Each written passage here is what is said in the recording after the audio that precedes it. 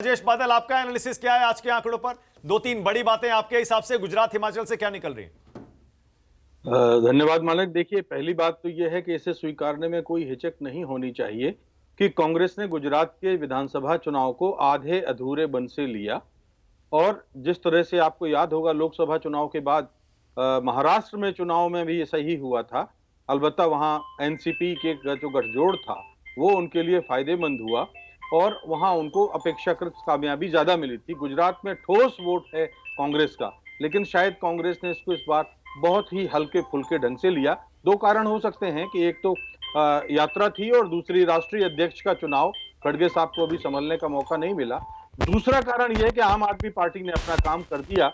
जहां जहां कांग्रेस और भारतीय जनता पार्टी के बीच में सीधा मुकाबला होता है वहां आम आदमी पार्टी को भेजा जाता है। दिल्ली और पंजाब में हम देख चुके हैं, उत्तर प्रदेश में वो आई नहीं, बंगाल में वो आई नहीं, महाराष्ट्र में वो आई नहीं, क्योंकि आम आदमी पार्टी एक विशेष उद्देश्य को ध्यान में रख के बनाई गई है। तो वो वहां गई और उसने काम कर दिया। पिछले चुनाव में ये पहली बार नहीं लड़ी है, पिछले चुनाव में भी आम आदमी पार्टी आई थी, उसे केवल 24,900 वोट मिले थे, -0.01% वोट थे। तो इस बार जो उन्होंने करीब करीब 12% के वोट लिए हैं, उसने कांग्रेस को डेंट किया है। तीसरी बात यह है कि देखिए, भारतीय जनता पार्टी के लिए अब केवल 1.5 साल बचा है। लोकसभा चुनाव में गुजरात में हार के सारे देश में वो संदेश नहीं देना चाहते थे कि जब अपने राज्य में हार गए मोदी जी तो क्या कैसे जाएंगे पूरे देश में। तो एक तो बात ये है। और एक आखिरी बात मैं और आपको बता देता हूं कि बहुत इंपॉर्टेंट जो है, 20 से 25 इलाकों में मतदान के बाद जो मतदान हुआ है, अब हम लोग वैसी इन्वेस्टिगेटिव रिपोर्टिंग नहीं करते, लेकिन मैं आपको बता दूं कि 1 मिनट में 1 वोट पड़ता है।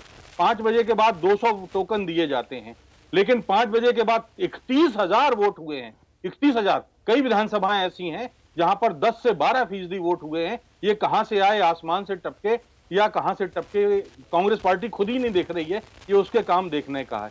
हिमाचल प्रदेश में जरूर मैं कह सकता हूं कि कांग्रेस ने मेहनत अच्छी की थी, लेकिन ये राष्ट्रीय अध्यक्ष की हार है। वहां के जेपी नड्डा, जहां से राष्ट्रीय अध्यक्ष आता हो, वहां अगर ये पराजय होती है तो थोड़ा सा सोचने की बात है। जी, ऑल राइट राजेश, आता हूं थोड़ी देर में आपके पास। जहां तक इलेक्शन के प्रोसेस का सवाल है, मुझे नहीं लगता आप जो कह रहे हैं उसकी कोई प्रामाणिकता, पता नहीं आपके पास ये आंकड़ा कहां से आया कि 5 बजे के बाद कितने वोट पड़े कितने नहीं पड़े, क्योंकि हमने भी अपने सारे के सारे ग्राउंड पर घूम रहे रिपोर्टर्स, सारे कंट्रीब्यूटर से हम लगातार टच में हैं। हमारे पास ऐसी कोई रिपोर्ट नहीं है, इसीलिए मैं इसकी पुष्टि नहीं कर सकता हूं राजेश बादल। पर हां, अगर ऐसा कुछ हुआ है तो हम एक बार फिर से चेक करेंगे, क्योंकि हमारी जिम्मेदारी है। एक और चीज बता दूं आपको राजेश बादल, आपने कहा आम आदमी पार्टी जिस उद्देश्य से बनाई गई है, मुझे नहीं पता आप कौन सा उद्देश्य और किसने बनाई है, क्या कह रहे हैं, यह आपका एनालिसिस है या एलिगेशन है, मुझे नहीं पता। लेकिन आम आदमी पार्टी अब जबकि इतने सारे स्टेट्स में एक के बाद एक न सिर्फ वोट काट रही है, पहले कहते थे वोट काटती है, अब तो वो अपने दम पर अपने पैरों पर खड़ी होती जा रही है। ऐसे में मुझे नहीं पता आपका एलिगेशन क्या था या आपका एनालिसिस क्या था, आप इस पर थोड़ा क्लैरिफाई करेंगे। आम आदमी पार्टी को किसने बनाया, किस उद्देश्य से बनाया? राजेश बादल, मैं उत्तर दूं? जी, मैं ये कह रहा हूं कि आम आदमी पार्टी उन्हीं राज्यों में जाती है जहां पर कांग्रेस और भारतीय जनता पार्टी का सीधा मुकाबला है। दिल्ली से लगा हुआ उत्तर प्रदेश है, वहां उत्तर प्रदेश वो नहीं जाती, बंगाल नहीं जाती, महाराष्ट्र नहीं यूपी जाती है, ऐसा नहीं है? यूपी में गई थी, यूपी में चुनाव भी लड़ी थी।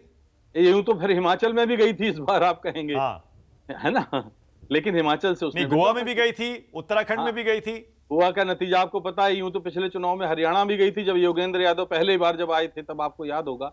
लेकिन मैंने ये कहा कि जहां पर उसको आसानी से कांग्रेस का वोट बैंक हड़पने का अवसर मिलता है, वहां वो जाहिर है, तो वो तो राजनीतिक रणनीति है, राजनीतिक रणनीति है। जहां किसी पार्टी को लगेगा हमें अच्छे वोट मिल सकते हैं, वो वहां जाकर चुनाव लड़ेंगे। दूसरा ये शो चल रहा है, आप बेजलपुर अहमदाबाद विधानसभा में आप पता करवा ले, 5 बजे के बाद 31,000 वोट पड़े हैं कि नहीं पड़े हैं। औसतन हर बूथ पर 300 वोट पड़े हैं। 5 घंटे 1 घंटे में एक मिनट में 1 वोट पड़ता है। आप एक सीट का जिक्र कर रहे हैं ना राजेश? नहीं, मैं ऐसी 25 बता सकता हूं, चूंकि अब इस समय हमारा डिबेट चुनाव के बाद के परिणामों पर है, इसलिए मैं केवल एक उदाहरण दे रहा हूं। Okay, all right. Bhupesh Baghel, जो कि हिमाचल प्रदेश चुनाव में कांग्रेस की रणनीति में एक प्रमुख चेहरा भी थे, वो कुछ कह रहे हैं, आइए जरा सुनते हैं भूपेश बघेल क्या कह रहे हैं। थोड़ी देर में आपको सुनवाता हूं अभी क्या कह रहे हैं भूपेश बघेल। नमस्कार, मैं हूं मानक गुप्ता। अगर आपको हमारा ये वीडियो पसंद आया हो तो इसे लाइक और शेयर जरूर करें, और हां, हमें सब्सक्राइब और फॉलो करना ना भूलें ताकि आप देश और दुनिया की कोई खबर मिस ना करें। तो जुड़े रहिए हमारे साथ और देखते रहिए News 24।